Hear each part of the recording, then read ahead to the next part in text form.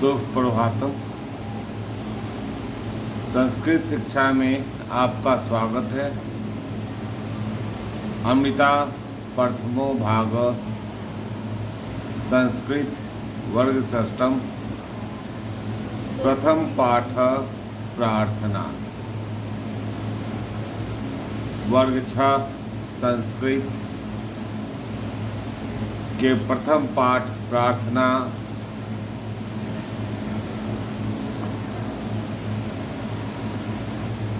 इस पाठ में देवस्तुति है। स्तुति इस प्रकार से है। त्वमेव माता च पिता त्वमेव बन्धुश्च सखा त्वमेव विद्या द्रविणं त्वमेव सर्वं मम देव। इसमें 2 श्लोक हैं। दूसरा श्लोक है नमो नगेन्द्राय हिमालयाय नमो विशालाय च सागराय नदीगणेभ्यः सुख साधनेभ्यो देशाय तस्मै मम भारताय।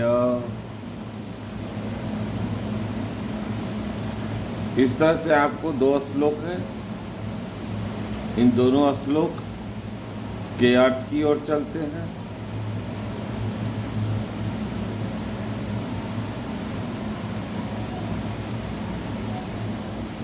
अर्थ की ओर चलने के पूर्व सस्वर एक बार दोनों श्लोक की प्रार्थना करते हैं। त्वमेव माता च पिता त्वमेव बन्धु च सखा त्वमेव विद्या द्रविणं त्वमेव सर्वं मम देव। नमो नगेन्द्राय हिमालयाय नमो विशालाय च सागराय नदीगणेभ्यः सुख साधनेभ्यो देशाय तस्मै मम भारताय। बार बार इस प्रार्थना को करते हैं तो हमारा विकास भी होता है। आइए इसके अर्थ को समझते हैं। शब्दार्थ है त्वमेव, त्वम धन एव। इसका अर्थ होता है तुम ही। च और बंधु, बंधु का अर्थ होता है संबंधी, भाई।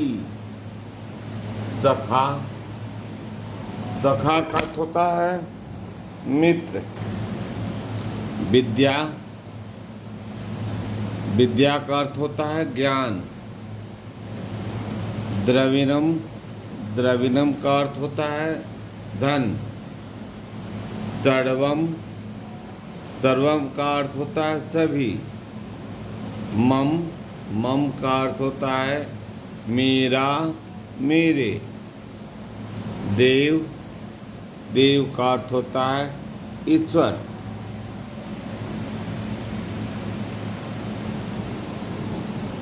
नगेन्द्राय का अर्थ होता है पर्वतराज, विशाल, बड़ा, विशाल। नदी गणेभ्य, नदियों के समूह के लिए यह आपका चतुर्थी से संबंधित है। नदी का सब चतुर्थी रूप सुख साधनेभ्यो, सुख साधनों के लिए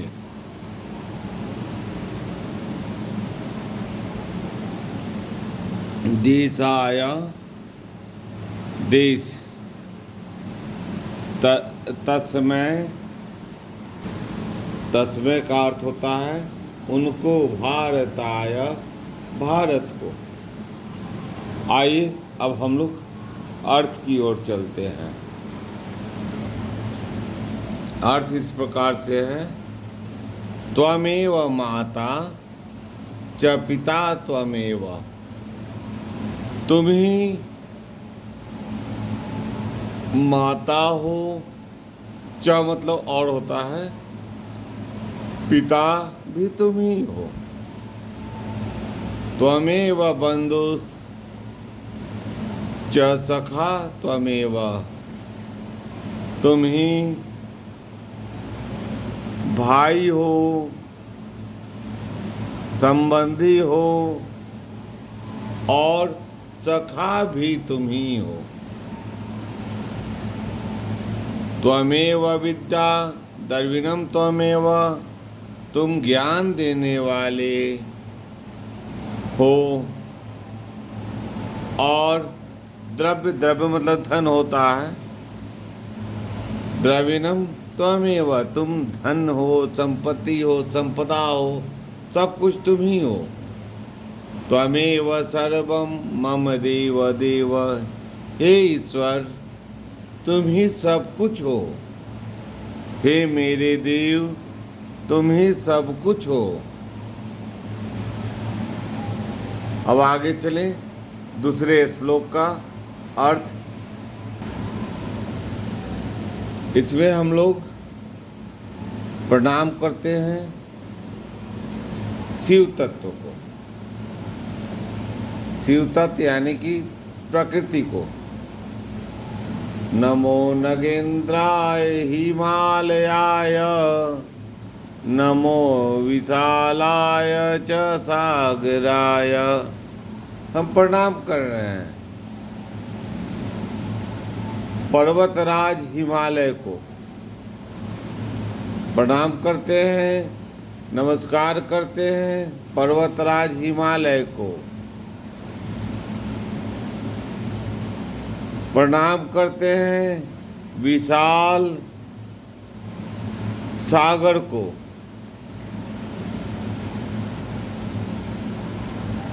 प्रणाम करते हैं नदी गण को, सुख साधन को,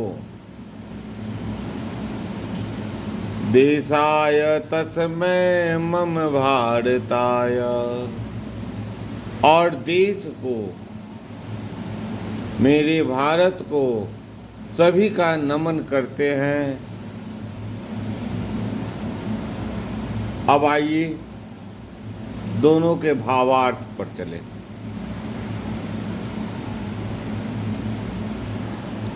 भावार्थ का बहुत व्यापक अर्थ होता है। यहाँ सब कुछ ईश्वर को कहा गया है। माता भी आप हो, पिता भी आप हो, भाई भी हो, हमारी हर प्रकार की सहायता करने वाले तुम ही हो भगवान। सखा हो, मित्र हो, हर तरह की संपदा युक्त हो, संपदा देने वाले हो, ज्ञान देने वाले हो, इसलिए आप सभी गुणों से युक्त हो। आपको बार बार मैं प्रणाम करता हूँ। त्वमेव सर्वम मम देव देव, आप सब कुछ हो मेरे देव, आपको मैं प्रणाम करता हूँ, बार बार प्रणाम करता हूँ। फिर आइए, नमो नागेंद्राय हिमालय, नमो विशालाय च सागराय। इसका बृहत तत्व होता है, यहाँ सब शिव तत्व है। जितने भी प्रकृति हैं वे शिव तत्व होते हैं, और शिव तत्व को हम लोग प्रणाम करते हैं, हर जगह प्रणाम करते हैं। नमो नगेंद्राय हिमालय, पर्वतराज हिमालय आपको प्रणाम करते हैं।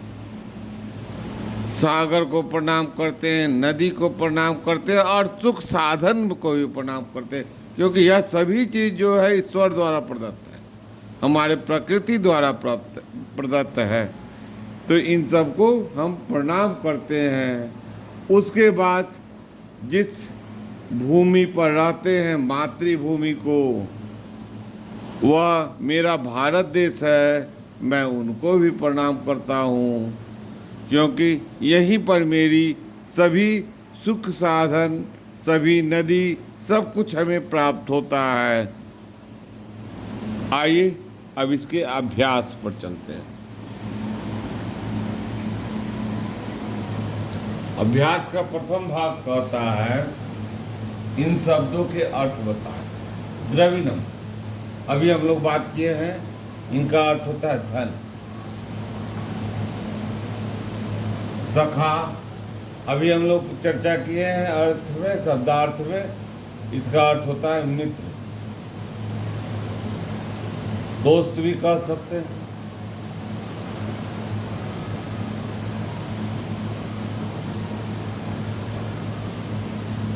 उसके बाद है विशालाय, बड़ा, बहुत बड़ा, बड़ा। नगेंद्राय, अभी हम लोग चर्चा किए पर्वतराज।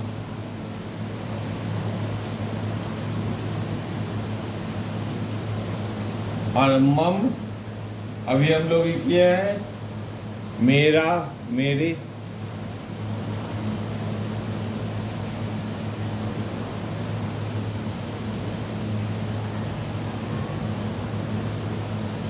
अब आइए क्वेश्चन नंबर 2 की ओर चलते हैं।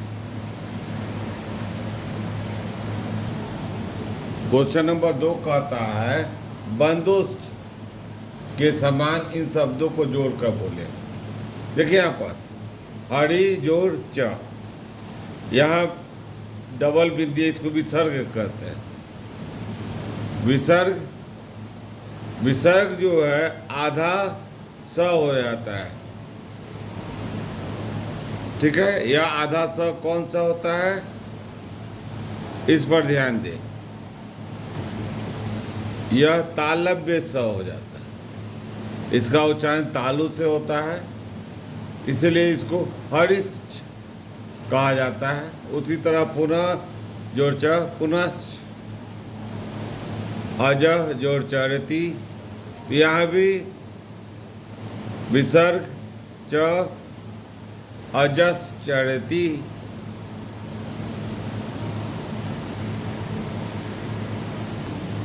अब आपका प्रश्न 3 कहता है इन शब्दों के चतुर्थी वचन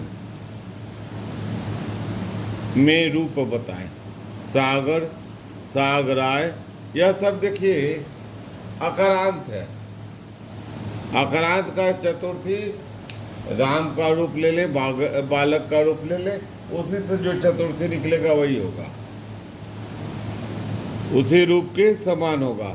तो सागर का सागराय, विशाल का विशालाय, देश का देशाय, पुत्र का पुत्राय, हिमालय का हिमालय। क्वेश्चन 4 को देखें।